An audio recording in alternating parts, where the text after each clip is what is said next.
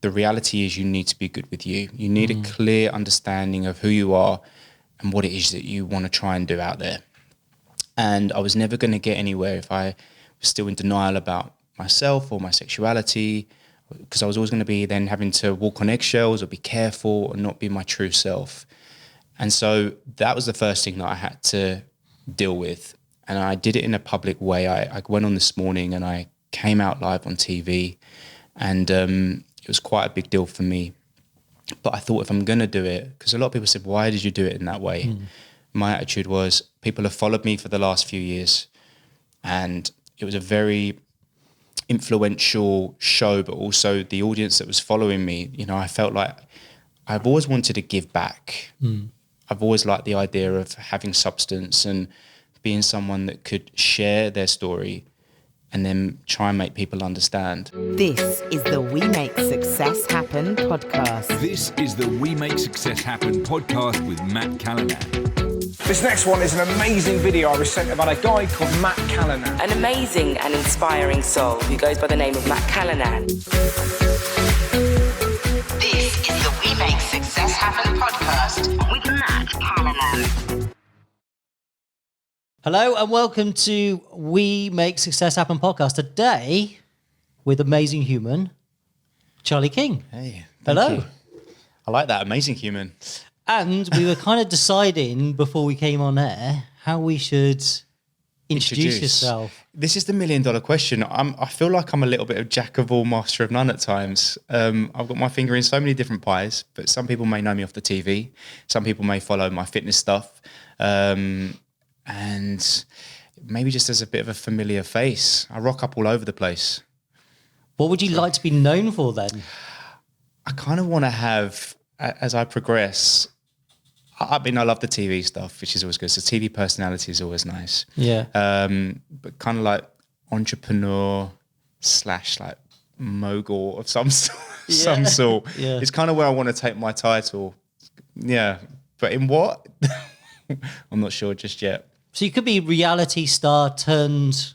You know what about the reality star thing? Oh, I like the turned. Yeah. Reality turn, because over the years I've struggled with that reality TV star thing. It's kind of been a bit of a hindrance on me. In one hand, it's been great, but on the other hand, when you want to be taken seriously or you want to kind of keep progressing, when people mention reality TV, it can be absolutely like kibosh, no good.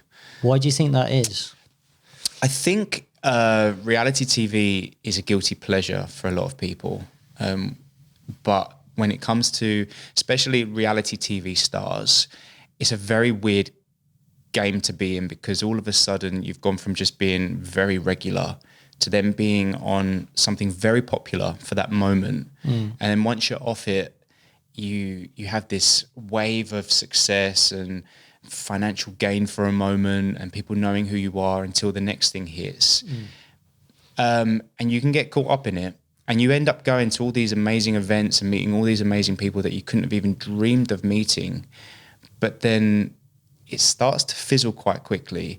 And then when you're actually around people that are maybe, you know, famous or well known for their talents, whether it's acting, presenting, people that have really nurtured their craft, there can be a slight snobbery or a slight inconsistency of like, how comes these people have got here when we've had to work, you know, our backsides off to kind of get to where we are. And there's like seen as this shortcut in, which can be quite negative as well. You end up almost being made to sometimes feel like you're a fraud. As in being a reality star. Being a reality TV kind of star, jumped the queue or something. Yeah, which actually I understand that too.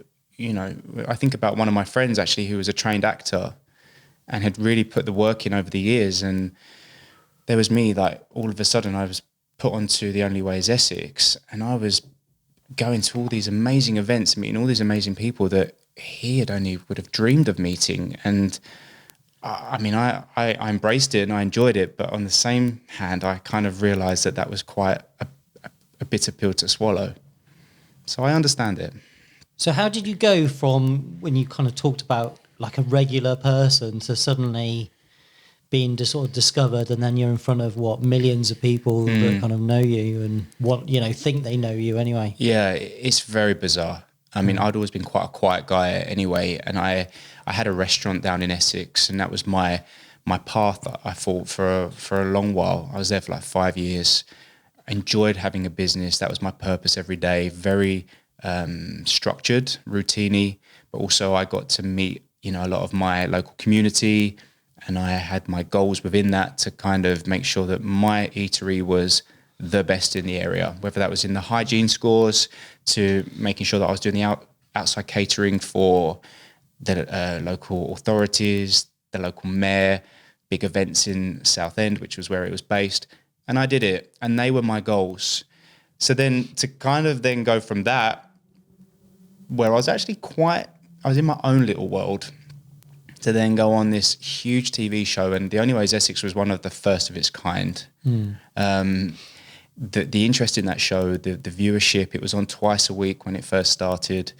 It was ITVB's biggest show alongside Celebrity Juice, I believe. And I just remember the next day after me being on it, Twitter was the thing at the time. It blew up. You would walk down the street in my local town, and honestly, it was like I was probably like a Justin Bieber. It was crazy. It was mental. How did you kind of handle that then, or how did you feel?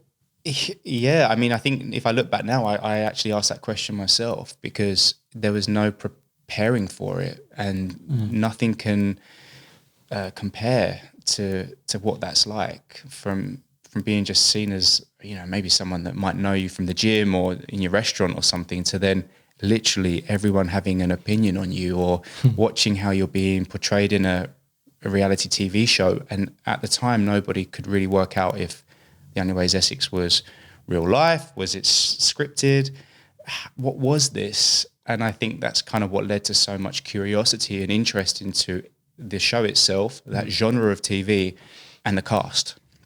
So we did become mega famous. Really quickly, I guess. So quickly. Like the Love Island now, it was like that. How do you kind of cope with that kind of steep curve of success and, what people deem is successful, isn't it? Because suddenly you're on millions of people's TV screens and you're kind of like almost like personal public property, I guess, isn't it? Yeah, you're public property without any real guidance or... It's very unique. We kind of stay within our own bubble when we're in the show. So the cast would kind of stay very connected to the cast because, it was a very select few that was experiencing this craziness. And the show was very fast paced. And obviously the more you did it and the more you could see actually it's a business within itself, like reality TV and working with a big TV network and a production company have... pressures to make sure that they're going to produce a very good show within a very short amount of time. You end up kind of being on a hamster wheel anyway, because you're recording the show at such a pace. Storylines are coming thick and fast because you're totally engrossed in what's going on in these people's lives. And then when the show wasn't airing, you would spend all your time with these people because we were riding the wave of personal appearances, going to Marbella, having to do events for the show, promoting the calendars, the perfumes. It was just an all-round business thing. And then all of a sudden you'd be back recording again for the show, which was, again, twice a week. So the content was every day. So I think you kind of don't always realise until you actually stop and you think, oh my God, that's been like, that year has flown by, or those few years have flown. You don't kind of understand what you're in. You're just kind of like embracing it all. Yeah, what were you kind of thinking while this is all happening then? Truthfully, for me, that you're under a pressure of producers. They want you to be totally involved. So you almost feel like you can't take a step out because if you take a step out, there are thousands of people that are going for these open castings. They're trying to get on the show. And if you kind of take a back seat, you'll be out before you know it. And there was that kind of thing of like, don't let this go. Because for me, I was an outsider on that show. I was from Southend. The show was based predominantly like Brentwood, more Chigwell, Loughton way. So it was a good 45 minutes from where I lived. And it was quite an achievement for me to kind of get on it, because there was no real connection to those people. So I was like, right, I'm just going to have to treat this almost like as work as well. And I had a work mentality from my restaurant anyway. So it was like, I'll give this my all and get totally submerged in it and give it my best. And seeing what other people had done from the first couple of series, when we look at people like Mark Wright and Amy Childs, they were getting incredible opportunities, making serious amounts of money. I think you think to yourself, well, I want a bit of this pie. So did you think at that point, this is it, I've made it then? You do. Yeah. I think we all did. And that's been a massive lesson, because you can't help but believe that. Because when you've got hundreds of thousands of followers, when your show is getting millions of views, when you're being invited to events where you're meeting, some super famous people and you're amongst them, and you're going for castings for the big shows, whether that's like The Jungle or Big Brother, or you're seeing what other cast members are doing or have done, clothing lines, ranges of things, you can't help but think, well, I'm going to be part of this because I'm here. Right? It's just a matter of time. But that's a massive lesson that you can learn. It's not always the case. Yeah. Well, what's the kind of lesson then for you, do you think? The lesson for me was, as soon as you don't play ball, I had my own stuff going on within my personal life. I had my own demons within myself that was making it quite hard to give the show my all. So therefore, I did take a back seat. And then when I took a back seat, I could quite quickly see that I'm easily disposable. I'll go and some new people will come in and the show will continue and you've had your moment. And then I think how you navigate that once you're out of it is the biggest challenge, because I rode the wave for 2.5 years, something like that, and it was incredible. But then once you're not on it, you've still got people knowing who you are. You've just witnessed some incredible things. You've just earned some serious money by just rocking up at a nightclub and like doing a public appearance, money that some people would spend months trying to earn. And then you think, so now what? What happens next? What's the golden ticket? I've just kind of been given everything. Is something else just going to land on my lap, or am I going to have to really get out there and try and make something else happen if I so choose to want to be in this industry? A lot of us that were on the show, we all wanted that, I guess, the fame and the everything that came with it, that's total honesty, if I'm honest. What do you kind of understand to be fame then? Or what did you think fame was, like, while you're on Towie? I think it becomes the popularity contest of... in between the cast members or whatever? Oh, of course. Just, you're friends, but then it becomes a business and you start seeing this one got X amount for that and this one's been given that opportunity on that show, and then you start thinking, well, hang on a minute, why have I not got that? Or you get offered something and you know that people are sniffing around it, so you're a bit like, I'm going to keep that card very close to my chest. Then you get the gig and then they want to know why you didn't mention that. And it becomes like you've got to protect yourself, but they're trying to be your friends, but also they're not really your friends, because it's very cutthroat and everyone's out for themselves. So I think everyone wanted to gain from it, and that's fair enough, of course, when you're putting yourself out there like that. And trust me, with all the highs, there were some massive lows, because it's hard being public property and not really having a lot of control over how you're put out on a TV show. You have to play the game and trust that if you're coming across negative in one episode, you're going to be made to look better the next, because obviously it can really affect you when you're getting serious amounts of hate, or people have all got an opinion and everyone feels they can come up to you in the street and give you what for if something's not been to their liking.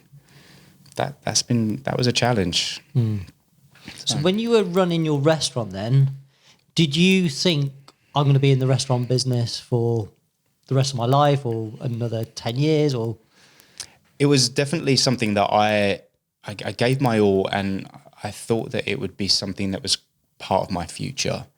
I loved having a business because I could set myself the goals, and I think I've always been a creative person, and I had this opportunity within my own kind of bubble to have staff, decide what kind of menus that I want, see what my customers want. And it was a way of me having that outlet. But the whole restaurant was kitted out like the Hard Rock Cafe. I had music, memorabilia everywhere. I would play concerts. I would have like the TV playing like all the latest music. I always got this vibe of, or got this real excitement when it comes to being around or seeing creativity. And I think there was always something in my system that would always hoped or maybe thought, oh, my future's also still going to have an element of something to do with the arts or TV or film or acting or something. There was always just that little feeling inside me that something would happen. And weirdly, people would always say it to me as well. I wouldn't necessarily put it out there because as far as I was concerned, I was totally involved in a business and financially linked to it. And it was a serious deal for a 22-year-old. But, you know, I was young and I guess there was still that chance of, well, anything can happen and you never know who you might meet. And so weirdly, even in that restaurant, I got asked to be in a music video because they were looking for a location to film this specific video in. And I was like, oh, well, I'll be in it. So, yeah, I guess there was always just something there that made me think, well, there might be a chance that something else will happen. And I hoped it had, and it did, which was strange.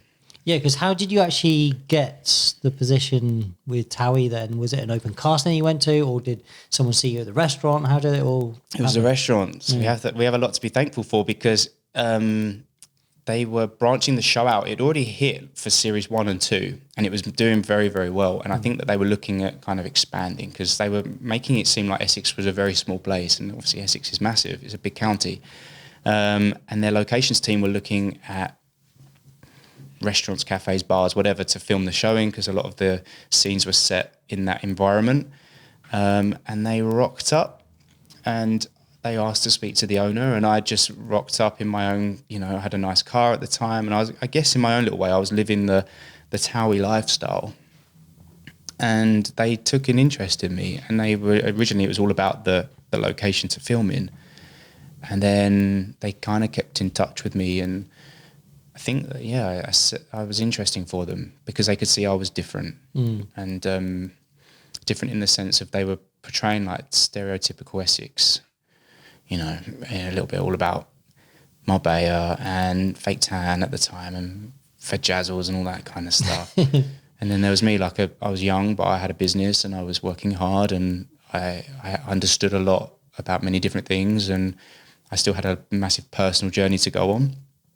And I was very open about that because with, you know, having a commitment like a business at a young age, your social life is out the window and you are very committed to that because you've got staff and commitments. And I was at a stage in my life where I was a bit like, well, I've been watching this show and it's interesting because so much of it is like the lifestyle that we live. We had a house in Marbella. We had everything going on, like they were portraying in the show. But I said, you know, I'd love to explore the idea of meeting new people and having a go at that. And they asked me to go up to Marble Arch. I met all the producers, had to do a video thing for ITV, and then they were like, bring him on. Really? So It was only ever meant to be like a 1-episode thing. Really? Yeah, like a bit of a date thing. And I did it. And then the next day they were like, here's a contract. We want you in the show. And I was like, oh my God, wow. And then it all began. How were you feeling then when they kind of said, here's a contract? I just remember thinking I thoroughly was on cloud 9. All the cameras came to my house and it was this really exciting feeling. And the whole area was buzzing because there's all these outdoor cameras and we lived on a really busy road, but the house was quite well known in itself anyway. It was a nice house. And people were like, what the hell is going on? And they'd seen a couple of the cast because it was a way of introducing me in. And I just got this real buzz. It was a buzz like I can't tell you. I was like, oh, I want a bit more of this. And when they offered it to me, I was like, I'd be a fool not to give this a go. So I did. And I didn't look back. What do you kind of... Because obviously you had sort of when you're dating like Gemma Collins and stuff during the whole like 2 years or whatever it is you were on there, what do you think about now when you kind of look back on that stage of your life? I think it's all part of the journey up until now. It all makes sense. I was obviously very lost and confused in areas of my life which I hadn't really delved into, and I needed to address it in some way. And I think my life seems to be quite extreme. It's all or nothing. And I think that I'd been sitting on hiding my true self for a long time, and I was finding ways to try and cover up things, or I was just going out every weekend and buying loads of designer clothes and buying posh cars and all that kind of stuff. And really it wasn't fulfilling or helping me in any way, shape or form, because the issues were within myself. So there was no external thing that was ever going to give me peace. But when I got on the show, I do remember thinking, what have I got myself into as well? Because once you've kind of got over that initial high of, oh my God, I'm on TV and I'm on this massive show and this is really exciting. The truth is, they're going to come for you, you know, like they want to know more about you. They're going to get right in there and they want to know what's going on in your head and who you want to go out with and the social networks that you want to be part of. And they want you to be involved in the drama and go out late at night and be part of all the stuff that happens once you've left the club, because that was really what was bringing content to the show or storyline. And that wasn't me. So then I kind of be careful what you wish for type thing, because I was getting myself in some real sticky situations which were not great for me. But again, if I look back now, I think, well, I had to go through that because they were all the things that were pushing me to the next stage. And that was what, you know, it was going to come a couple of years later. So I got the opportunity to experience something amazing, even though it was a challenge. And there were times that I would go home and just put my duvet over my head and think, drown this out. This is heavy. This is hard. But on the other hand, it really helped with how I navigated life moving forward and how I was going to be able to then use my profile and the opportunity that I'd been given to better my life and also try and help others as well, which became kind of like my thing. So talking about the sort of that kind of switch then and helping others, so do you want to sort of talk about your next stage of your life after you kind of moved on from Towie then? Yeah, sure. So it was very much, I rode that way for a good few years, and I realised that I wanted to continue in that way, and it was trying to find what my next thing was. But before you do anything, I've learned the hard way, but the reality is you need to be good with you. You need a clear understanding of who you are and what it is that you want to try and do out there. And I was never going to get anywhere if I was still in denial about myself or my sexuality, because I was always going to be then having to walk on eggshells or be careful or not be my true self. And so that was the first thing that I had to deal with. And I did it in a public way. I went on This Morning and I came out live on TV, and it was quite a big deal for me. But I thought, if I'm going to do it, because a lot of people said, why did you do it in that way? My attitude was, people have followed me for the last few years, and it was a very influential show, but also the audience that was following me, you know, I felt like I've always wanted to give back. I've always liked the idea of having substance and being someone that could share their story and then try and make people understand. So it kind of made sense to me. It was a no-brainer. I got asked to go on a morning TV show and have like 15 minutes to actually talk about what I'd been struggling with and try and articulate that. It made sense. So I did it. And it was the best thing I ever did, because it was scary and it took a lot out of me, and it was majority was positive, but you still open yourself up for public, you know, opinion. It's not always the best. But it all made sense how I could then move into other territories and use it as part of my story, as part of my career. And it has been a massive part of my career because I think people really can relate to what it is to struggle. It might not be sexuality for people, but it's that trying to fit in. I'd been on a massive TV show where I was trying to be something that I wasn't. I was around all this culture that wasn't really me. And people could see that. But to be able to actually talk about that, honestly, is quite refreshing, because I think a load of us do that. It's a very common behavioural pattern that you try and be something you're not. And it's okay, but you can't do it to the detriment of you. So now I know when to dip my toe in certain things, and I know my limits with certain things. And, the one thing that I really now always try and put out there is you've got to be good with yourself and know what it is that you want to do and what makes you happy. And then everything else can kind of figure itself out around it, but never jeopardize your own happiness or well-being or state of mind. What do you think it is about the power of you telling and other people sort of telling their stories to help others? I think for my own specific story, I came from something where you almost expect people to be of a certain way. And I went against the grain. And I think that's what's really been important to bear in mind as I've gone about doing what I do, because don't get me wrong, man, I get self-doubt. You think to yourself, what am I doing? Where is my career going? Or certain things don't... On a daily basis for me. So there you go, you get it, right? So, and it's a common story for us, and it's fine. But I think for me, it was like, if you can be honest about the struggles, but you're almost been seen to be one thing, and then you actually show another side to yourself. People, we all try. Like at the end of the day, as human beings, we want to project confidence if we can, and we want to look like we've got our stuff to, I don't know if we can swear, so I won't. We've got our bits together, we're sorted. But really, we're all trying to find our thing, and we're all trying to find that balance.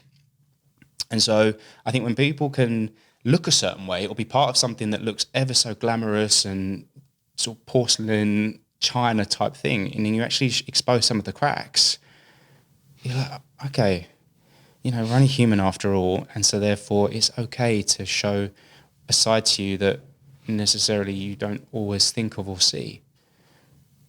It's exposing yourself and showing that it's all right to do that. And if something didn't work, or you've come to a dead end with something, or you've made a mistake, or you've been not truthful to yourself, you need to kind of just put your hands up and be like, right, okay, we're human, we learn from this isn't quite gone to plan, or I've been making out that I've got everything together, but actually I haven't. This is my reality, and this is now where I'm going to take it, and let's see where this goes, because that's the beauty of life. Sounds like you were sort of getting your control back. Right. It was the first time I could really authentically be myself. Because even in the restaurant and back in my, days away from being on TV and having that side of things, I guess I was always putting on a bit of a show. And then being on a TV show, you're putting on a show, or you're watching something in an edit, go out and you're a bit like, okay, that's slightly different to how it felt, or that wasn't quite how it was, but you keep quiet because that's just how it's going to go out. You can't really challenge it. And then when I actually addressed the things that I was struggling with, and I wasn't part of a massive production company, I thought, oh my God, like I can actually be myself now. And what I choose to do and how I choose to project myself is all on me. It's going to be no edits. It's going to be no filters. It's just like, I can now just be me. And I think that's what stood me in very good stead as I've kind of gone about things moving on to the next chapter, because I can be authentically myself, which I think is key. And you obviously you made yourself be vulnerable, and you did it on TV, sort of tell your story with a view to, I suppose, getting weight off your shoulders, but also helping others, I guess, and going, actually, you can be who you want to be. Absolutely. Because people struggle. People struggle in so many different areas of their life. And, I think we all go to stories or self-help books, or we'll read a book of someone that's overcome something, and you take from it the fact that people can persevere, work hard, try hard, all the knockbacks. And when finally it clicks, or people find their path or their sweet spot or happiness or whatever it is, it's so inspiring. So the one thing I promised myself to do as I kind of started on my on my own terms, should we say, is like I want to always be someone that can inspire, because I know what it is to struggle internally and even externally. I've seen when I grew up, I saw the struggles of my mum as a single mother and trying to navigate looking after 2 children and, the hard work that came with. But as I've gone around my more adult life, I always want to just show people the real stuff and the good and the bad, because we all know that it doesn't shine every day. The sun doesn't shine every day. And if you can be honest about that, people actually really connect to that. And I think that's, again, why I've managed to still sustain a nice little career as I've gone about my life. So that's good words. And you did that, you actually sort of came out on This Morning with Phillip Schofield, didn't you? I did, yeah. So what do you think about him having sort of done the same thing kind of recently? I think that it's always really courageous to be yourself. And I think it's that reminder that you never really know what's going on in someone's life. And you can watch someone every day of the week on primetime TV and think that they're all good and they've got the best job on TV and they've got money in the bank and they've got their wife and their kids, in his specific story. And actually, he's been struggling with something probably for a very, very long time.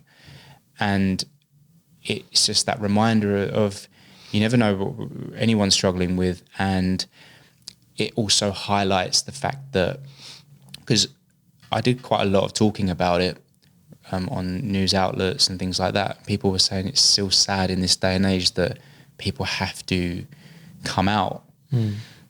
Whereas I always say, but it's more of a self-acceptance, firstly, because it's something that, if you don't want to be something, or you've managed to condition a lifestyle that is, if you've got kids and you've got a wife, that comes with a lot, because you've got other people involved. But also it's that reminder as well that you never really know what's going on in someone's life, but also it's important to draw attention to it, because the more we see different stories, and whether it's someone like me coming off a reality TV show where everyone's pretty alpha male and good looking and all that kind of stuff, I showed my true self, and it was different to what people had sort of seen on a show like that. Well, now we've got a man in his late 50s, I believe, with a wife and kids, who's now finally decided to open up about his sexuality. It's that reminder of that everyone has their different story, and not one story is the same. And so, there'll be many other men and women out there that would have been watching that or heard about that story who will be in the same situation. And I think it just goes to show that a lot of people do things to try and cover up things if they're not comfortable with it. And it's just that, for me, it was just that reminder of why it's important to say the story, to say what it is that was affecting him. So I really felt for him. And the fact that I obviously came out to him on his show, I was the right person to probably talk about it. So I just hope that he's happy and he finds whatever it is he's looking for. What would you say to those people that might be going through those kind of struggles then, that haven't reached self-acceptance or don't want to sort of go there for fear of whatever? I get quite a lot of questions about this on my social media. A lot of people email me and message me. And it's a hard one, because everyone is individual and everyone's got different circumstances, and it's hard to get an understanding of a picture when you're only getting a slight little snippet. But there should never be any pressure on anyone. But obviously when it's an internal battle, you need to know that the only way it's going to get better for you is if you can start opening up about it and choosing the right outlets and the right people or organisations that can help you at least break it down, whatever the situation is, whatever it is that's affecting you, and take your time with it.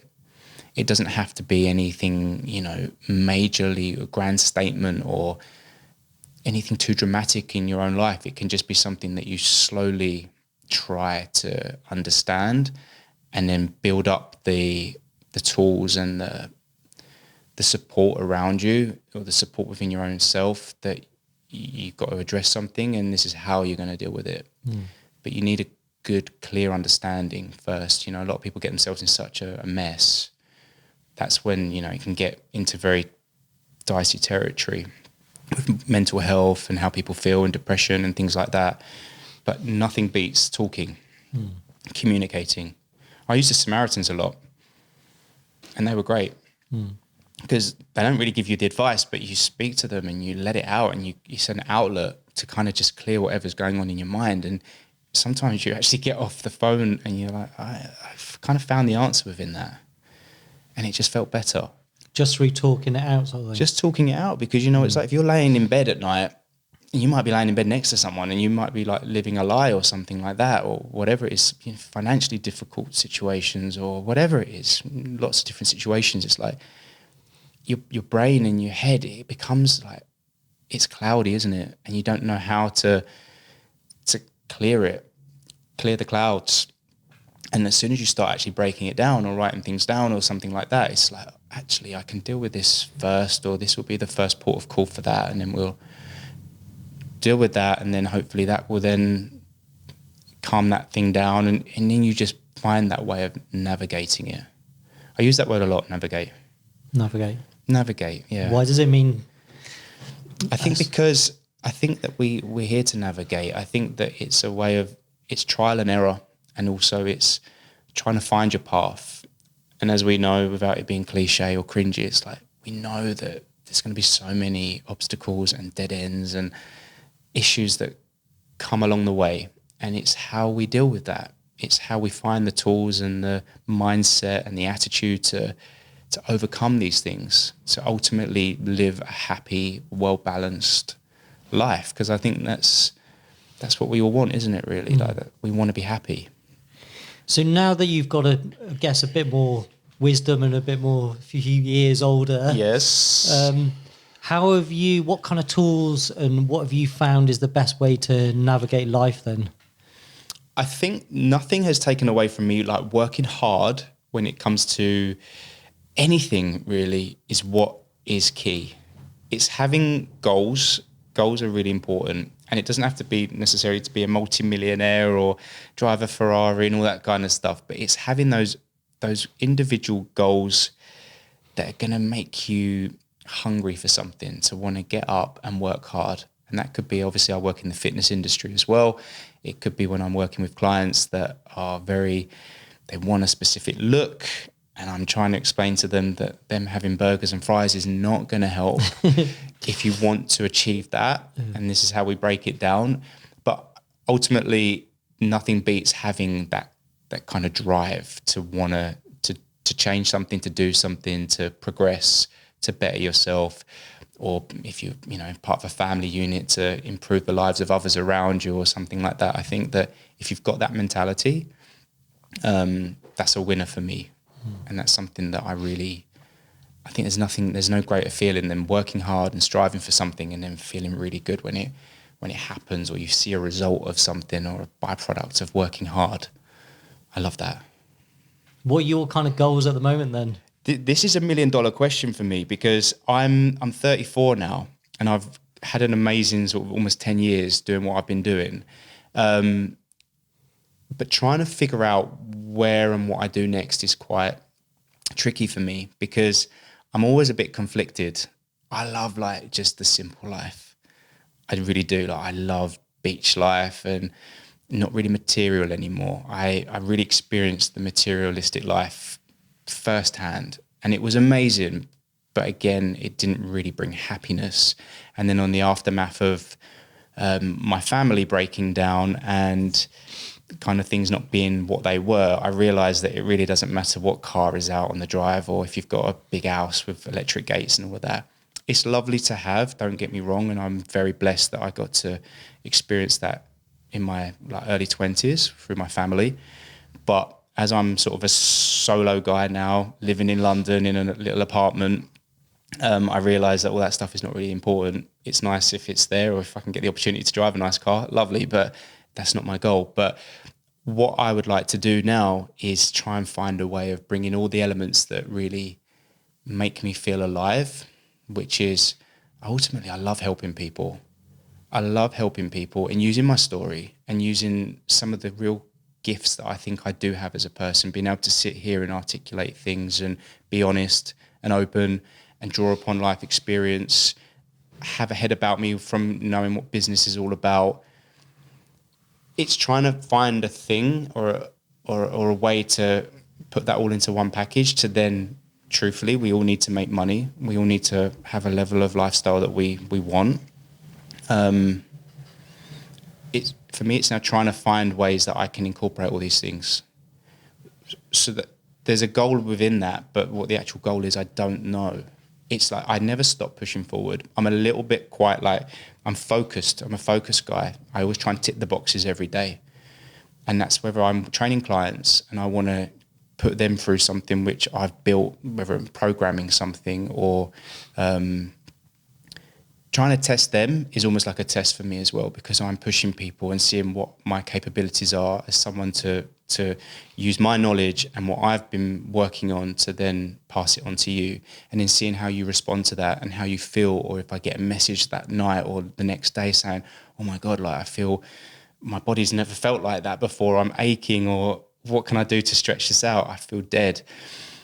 I love that sort of stuff because I'm like, I've pushed you and you've pushed me. And actually I now need to find the next thing that's going to kind of like stimulate this in the next few weeks, that we keep this trajectory going, we keep progressing.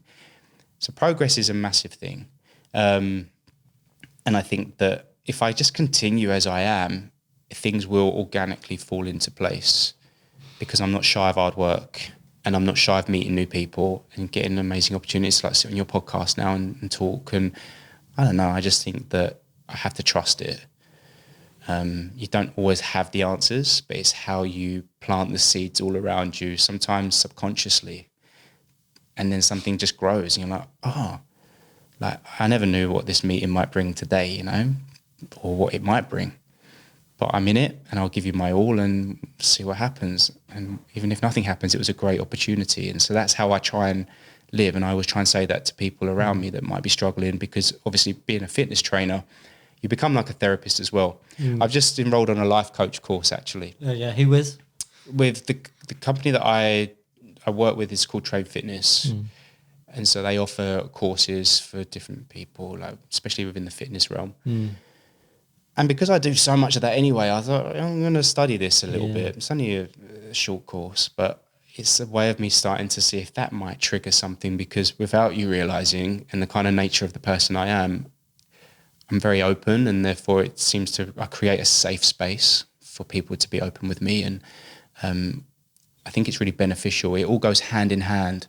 What obviously goes on up there, how you escape the stresses of day-to-day life, to then kind of reconfigure yourself a little bit, to then the next morning get into first gear and be like, right, we're going to smash the day, seize the opportunity, feel good, maximize. That's what I like to do. And if I can help people do that, great. You'd be a great life coach, I think.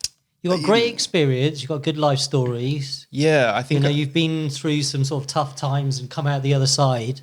Yeah. And I think because you're a coach already, you're training the people with the body, but actually a load of it is to do with the head. And like you said, you're a bit of a therapist as well, aren't you? Yeah, I think it seems to be like a lot of my clients come through that avenue of they've been intimidated to get in the gym, or they've got certain insecurities or issues with their appearance. And actually a lot of that it's not about the exercise. The exercise is actually the byproduct of how we see ourselves, how our lifestyles are. What are we doing within our day-to-day lives to ultimately feel good and reach our potential? So if you're letting work totally consume you, or issues at home, or these things need to be dealt with, because you come into the gym is not necessarily going to make a massive change. It might, in that hour, you might ride those endorphins for a moment, which is great, and keep it up because your heart needs to work. It's a muscle. But these other things are not going to go away. So it all kind of goes hand in hand. And you notice as soon as something's been dealt with in someone's external source outside, say, the gym, they've got a clearer mind. They've decided to eat a bit better that week. They're coming in and they're giving me those extra reps, and I'm seeing something different in them. And then they get more interested and engaged, and you're like, yes, this is what we want. And then it might not be like that all the time, because trust me, there are times I go into sessions where I'm like, okay, Char, dig deep, because I'm tired or I'm not really in the mood. But you have to find that balance, and you have to find that motivation, and remember the bigger picture. It's always about remembering a bigger picture, living in the moment, being present, but the bigger picture, and doing the things that can kind of help you, the outside stuff, to help you in the day-to-day. What opportunities would you like to arrive? My dream, I'm going to be totally honest, my dream, and some say it's very far-fetched, I would love to do a documentary exploring... Joe here's a documentary filmmaker. Right. So you need to speak with him afterwards. So there was a reason I came today. There we go. I think that there is no denying still, with everything that's happened even the last week with Caroline Flack and Phillip Schofield even, people need to talk. And it's never going to get tiring of people talking, because we are all individuals and we are all trying to survive and live a good life. And I think that the more that we expose how people deal with their lives and why people struggle, and trying to delve into people and how they cope and finding their coping mechanisms, the more we share that, and people can take something from it, I don't think that will ever become a boring subject, because not one story is the same. And so I think the kind of person I am, because I've got quite a broad knowledge on things, from business to struggling with my sexuality to being on a reality TV show and kind of being dropped from a height to kind of being left on my own to try and deal with that. There was no aftercare or anything like that for me. So it was like, there's a lot of things I can draw on. And ultimately, I've still managed to muster through, still very much at times struggling with motivation and who I am, and is it all worth it, or having a breakup and it being the worst thing I've ever gone through. I don't mind talking about that sort of stuff, because it actually shapes me to be who I am today, and I can really draw on it. So kind of going back to your question, see, I'm very long-winded. No, it's all good. I'm loving listening to you. Absolutely love to be able to do something that brings in like how to help, finding those ways of helping, and showing that you might be a 20-something-year-old on a TV show, or a 57-year-old on a Good Morning TV show, or a woman that's got the best gig on ITV2 with Love Island. You just do not know what's going on or how people are really coping. And so I think that, sharing stories is really what I enjoy doing, and I'd like to do more of that, or chat showy type stuff. I think there needs to be like a loose men out there or something like that, you know, they've got loose women. I feel like there needs to be that kind of, that our take on things as well. Yeah, I think more men need to be more vulnerable. They do. I think more. They do. I think it's my wife taught me to be vulnerable, and it took her many years of kind of knocking against the hard shell of kind of being a man, and you're not supposed to sort of cry or show your emotions. Kind of like feminine side, you know, as some people might say. But yeah, this is what makes me laugh, is that people, I actually think I've had a lot of alpha male men that have got their wives and kids actually meet me. I've done many different things. I've done charity football games, and I did a thing the other day for the Whole Man Academy, and that was predominantly 25 proper city blokes, and there's me sitting talking. And when I came off of talking, you know, in front of them all, we're having a beer at the bar. There was something that, again, I didn't try to be anything, but they felt they could just start offloading. And one of them said to me, like, you associate talking about feelings and emotion and being vulnerable and being very open with it kind of being seen as weakness or being too in touch with your feminine side. but actually what you've just done up there is like super strong. It's super masculine, actually. Like they were saying, oh, I've not met a gay guy like you before. And I'm like, again, you don't need to judge anyone or tarnish anyone the same kind of, like, everyone's different. And if you want to be out there absolutely rocking the rainbow flags and expressing yourself however you want, do it. If you're a bit more like me, that I'm slightly different, great. If you connect with me because of that, fantastic. But ultimately, again, we're just human beings. And you've obviously taken something from me as I take something from you. Like, we're all just sharing our stories. But there is nothing weak or feminine at all in just being honest and open about how you feel. I think it's going to take a long time, because we're still, there's still like a generational thing, and but the more you share and the more you speak, and it obviously shows there is a need for it, because there was 25 men sitting in that room the other day. And they're all looking for something. I don't know exactly what, but we are all in search. So the more we put stuff out there, I don't know, I think it's great. I think it's a win-win situation. And I'd love to be part of that movement. And I think that now I'm at an age where I think I can credibly talk on things and actually be an example, as well as still learn from other people, because I want to continue to learn. I love that. I think it could be really beneficial. So that's what I want to put out to the universe. Sounds good. Maybe some stuff with animals. Like, I'm all about looking after animals as well. So yeah, there's a few things there.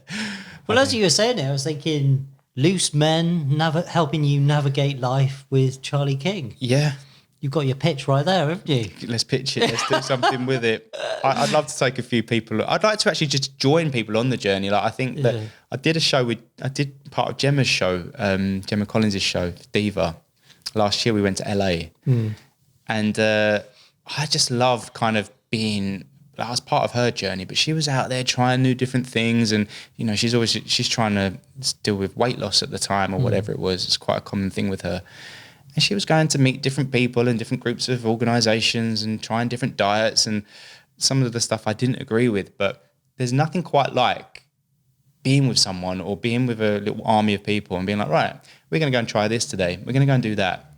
And we're going to see if that helps or it might not help. And then we're going to evaluate this and see if it's been positive or negative. And I just think there's so much information out there in this day and age, and there's so much stuff on social media, and everyone thinks they're an expert and everyone thinks they know this and know that.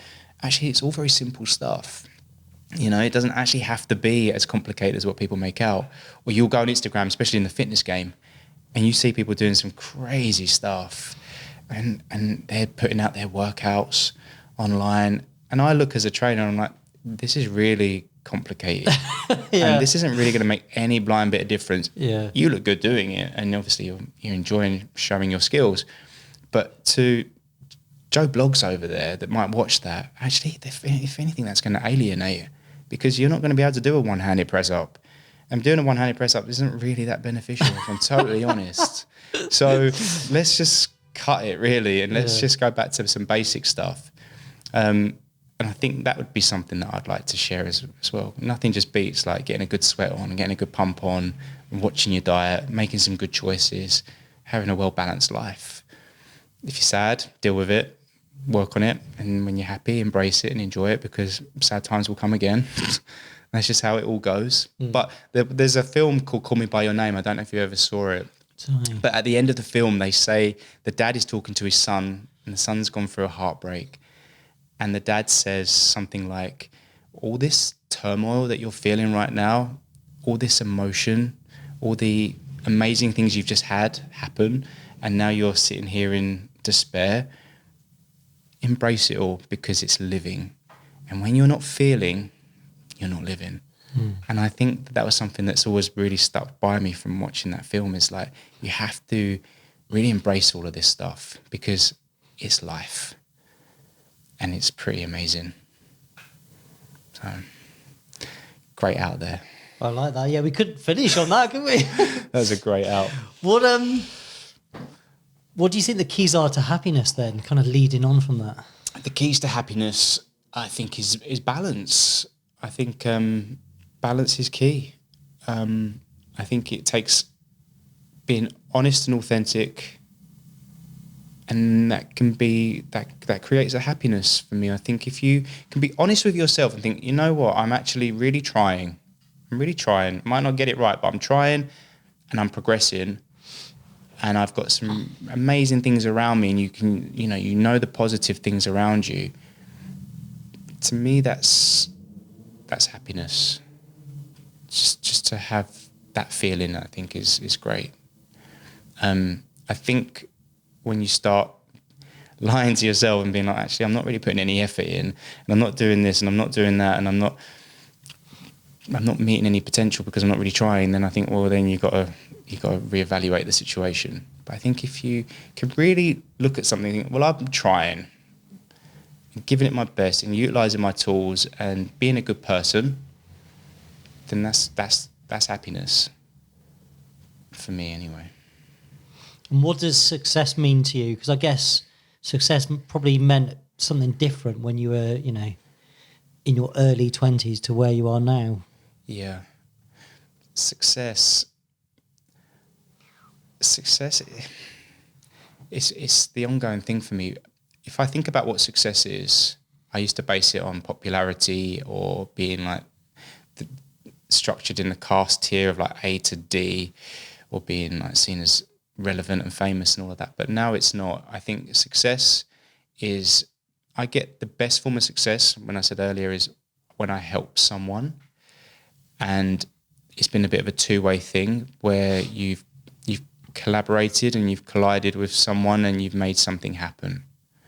And when someone comes to me and says, you've helped me in that way, and that could be just as simple as giving them a food plan, or it might be someone that Instagrams me who saw my video on YouTube, and they say, what you've said, I really relate to, and it helped me. Or I can reply to someone and think, I've given them something they can take away with them. Success on that. That's success, because I've shared something that ultimately is going to help someone. And that seems to be my driving force. No greater feeling for me than when I've helped someone. And if I can do that, and I'm very, very lucky that I can do it to complete strangers. And that is the beautiful thing of social media, despite all the negatives, is that I can reach individuals and actually use my story that at times felt like a huge burden in my own head and struggle, and turn it to a good. That's like amazing. Hence, I now trust the path. So I might not have the answers right now as to where we go, but it's like I trust the path. And within this path, I've managed to help some people more than I could have ever imagined. That's like, boom, job done.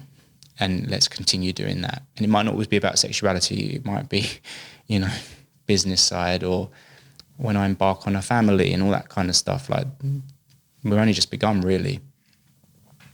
Now, I run a kindness project called We Make Good Happen. Okay. So what is one of the sort of kindest things that you've done or you've seen someone else kind of do that's kind of touched you or resonated with you?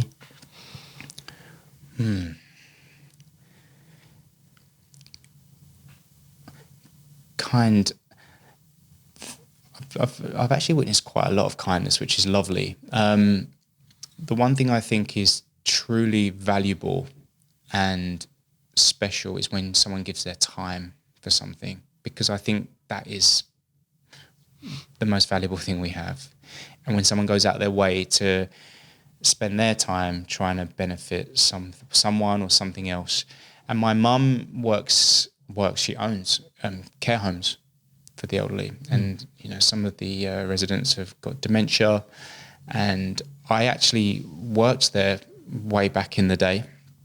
She had a couple of them. I'd either work in the kitchen, or there was a time I was getting a little bit too big for my boots before the restaurant, and I was a bit like a spoiled brat because my parents started making a bit of money, and all of a sudden we'd gone from nothing to like, I was dressing in Armani, and it was like, I'm a bit of a boy.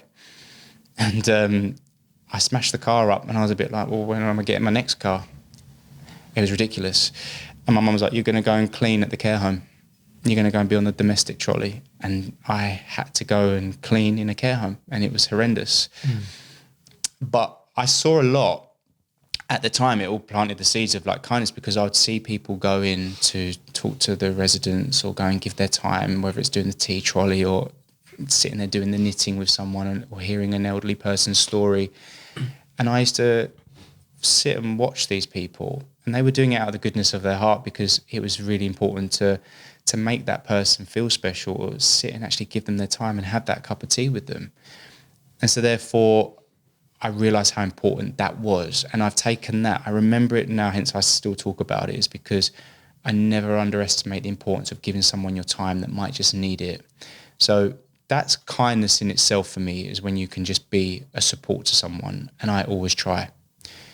And I can't always be there for certain things, but it's something that if I can really try to be there, I will. And then there was a situation where my mum was going through a bad divorce and she needed to go away. She really needed a holiday. And my friend, who is a family friend, would have been the best person to go with, but she wasn't able to go financially. And I actually made it happen. And that was something that I just remember phoning her saying, right, I've booked your ticket, you're going. You need it, my mum needs it, and you're going to go and have a nice time. And it was something I felt so good being able to do, that I could help my mum and also give my friend the opportunity to get away as well. And it just was a really nice thing that I was very, and I just remember I couldn't really afford it, if I'm honest. I remember thinking, oh my God, it was to America or Miami or somewhere. I was thinking, I could do without this, because I run a fine line sometimes with my finances. And I just trusted that it was what was needed for them both. And I wanted to make it happen. And then I managed to make some nice things for them out there happen. And, they're at the hotel and going to the spa and relaxing and just getting over the stuff that they had been dealing with. Thank you. So before we go on to the last question, because I've loved listening to you and delving, I like it. It's good. We're going under the surface and going a bit deeper, which is nice. This is more like a well-being podcast, not the key to success. No, but I think if you get your well-being and your sort of mental health sorted and, stuff in your head internally sorted, I think that can lead I don't think you can crazy. really you can't get the success without actually, if certain things are really affecting you or your mental health, I don't think you're going to really, you might get the success, and then how the hell do you never deal with that? It can, until you're really good with yourself, I don't think that there'll always be a price you pay, even if you get really successful.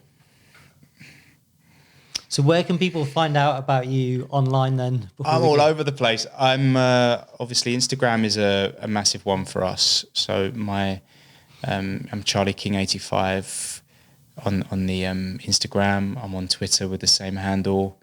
I've got my charliekingfitness.com website, which has got an email that links into me and my business partner that I do it with. So yeah, I'm very present. And we ought to say thank you to Emma as well for making this happen. Absolutely. today. We love Emma Bunning. She's a great support to me, and she always offers me a great opportunity, and I have a great relationship with her. So it was my pleasure to be here and come and meet you and see what you guys do. I think it's amazing. So Pleasure. awesome. Yeah, Emma's top lady on the box PR, isn't it? On the box talents. On the box talents, yes, on the box talents. Yeah, she's cool. Yeah, she's brilliant. Okay, so last question then. Imagine all your friends and family are at a kind of nice beach looking out to the sea. It's a lovely hot day, and you've hired one of these little planes that pulls the banner along with a message on there. And this is your final words of wisdom to leave them all. Oh, wow. What would it say on that message, that banner?